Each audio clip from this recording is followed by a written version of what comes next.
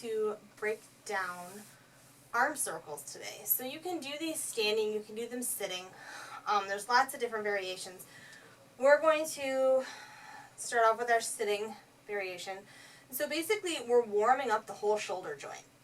And when you do, it seems very simple. You can start just with some rotation of the wrists and then slowly add in the arms. And you want to go both directions when you do this. Now, it looks super simple, but if I don't engage my core, everything just kind of goes everywhere. So we want to make sure that we're sitting up nice and tall. We're spreading across the clavicles or the collarbones. We're engaging those rhomboids right between the shoulder blades and that middle trapezius. And so we're circling, but we're making sure to keep our shoulder blades in check, right? The scapulas aren't just raising up towards the ears. And it seems so simple, but it feels really good. I think it feels really good.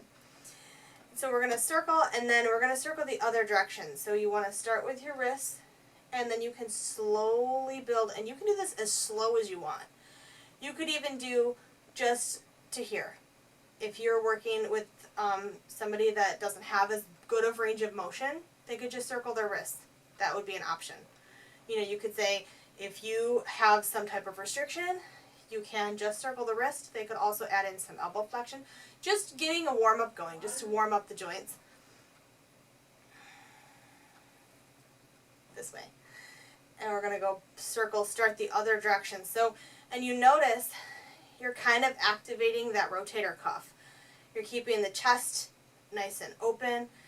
And it feels different each direction. And you might notice some restrictions more with one side than the other, or one direction than the other direction. But you're really utilizing some of the delts here. We're utilizing a little bit of the rotator cuff.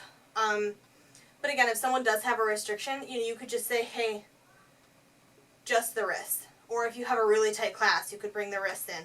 You could also do this standing. And you can do it a couple different ways. You can do one arm at a time. You could be starting off in mountain pose, and you're just one arm.